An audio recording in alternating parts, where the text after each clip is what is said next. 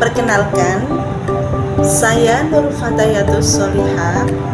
Di video ini saya akan menjelaskan tentang perkembangan fisik dan motorik anak usia 4 hingga 12 tahun. Materi ini penting karena memahami perkembangan anak membantu kita memberikan stimulasi dan dukungan yang tepat sesuai dengan tahap usia mereka. Mari kita simak bersama-sama penjelasan berikut. Oke guys, materi yang saya presentasikan hari ini yaitu tentang perkembangan fisik dan motorik anak usia 4 hingga 12 tahun. Pertama yaitu tentang pengertian dasar perkembangan fisik. Perkembangan fisik sendiri adalah perubahan pada tubuh anak, seperti pertumbuhan tinggi, berat, proporsi tubuh, dan kekuatan otot. Sedangkan pengertian dasar perkembangan motorik sendiri adalah kemampuan anak dalam menggerakkan tubuhnya. Itu pun dibagi menjadi dua, ada motorik kasar dan motorik halus. Motorik kasar yaitu gerakan besar seperti berjalan, melompat, dan berlari. Sedangkan motorik halus yaitu gerakan kecil dan presisi seperti menggambar, menulis, dan meruncing. Contoh anak usia 4 tahun belajar naik sepeda roda 3, itu adalah contoh motorik kasar. Sedangkan menggunting kertas, mengikuti pola yang ada, itu adalah contoh motorik halus.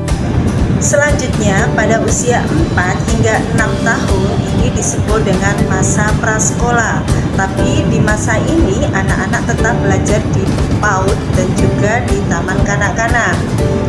Pada usia ini atau masa prasekolah ini, ciri-ciri perkembangan fisik pada anak usia 4 hingga 6 tahun ini, pertumbuhan tinggi dan berat badan mulai melambat dibanding usia balita.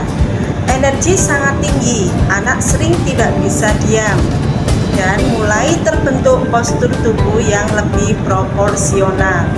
Adapun ciri-ciri motorik pada anak usia 4 hingga 6 tahun ini atau masa prasekolah ini, ciri-ciri motoriknya adalah motorik kasar.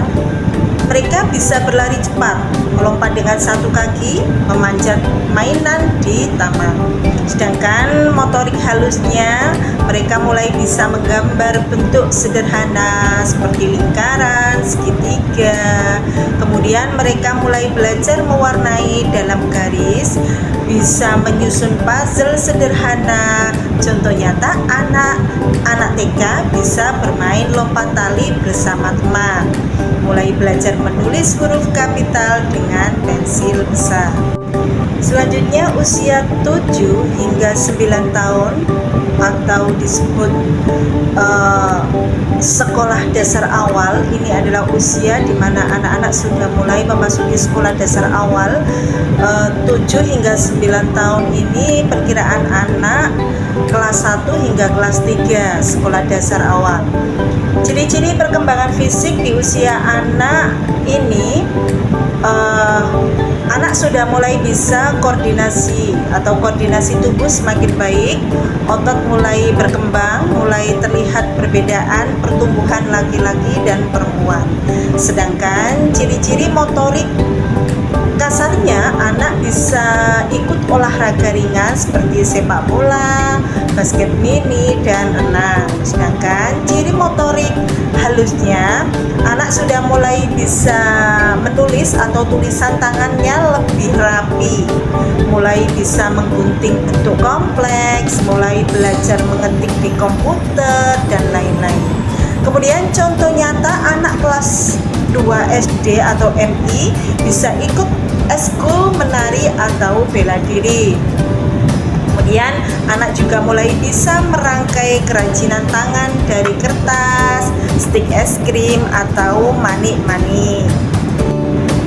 Selanjutnya pada usia 10 hingga 12 tahun ini disebut dengan pra remaja. Biasanya anak-anak di usia ini itu duduk di kelas perkiraan duduk di kelas 4 hingga kelas 6. Ciri-ciri perkembangan fisik pada anak usia pra-remaja ini, awal masa pubertas, terutama pada anak perempuan. Suara mulai berubah pada anak laki-laki, tinggi badan bertambah cepat, perubahan hormon mulai terlihat. Sedangkan ciri motorik kasar pada anak usia ini, gerakan lebih kuat dan terarah, bisa ikut kegiatan fisik seperti atletik, basket kompetitif. Sedangkan motorik halusnya, cirinya yaitu bisa memainkan alat musik seperti gitar, piano, mengetik cepat di laptop, membuat desain digital, dan lain-lain. Contoh, anak kelas 6 SD sudah mulai bisa menulis cerpen di komputer, bisa membuat proyek sains sederhana seperti lampu senter dari baterai dan kabel. Adapun faktor yang mempengaruhi perkembangan anak, yaitu ada faktor internal dan faktor eksternal. Adapun faktor internal yaitu dari dalam diri anak. Itu bisa berupa gen atau keturunan, bisa berupa kesehatan tubuh, dan juga bisa jenis kelamin. Adapun faktor eksternal atau faktor lingkungan sekitar, yaitu asupan nutrisi atau gizi, aktivitas fisik, dan permainan. Bisa berupa stimulasi dari orang tua dan guru, dukungan emosional dan sosial. Adapun contoh, anak yang aktif bermain di luar rumah akan punya motorik kasar lebih baik dibandingkan anak yang kurang aktif bermain di luar rumah. Anak yang sering menggambar, menulis, mewarnai akan punya keterampilan motorik halus yang lebih tajam.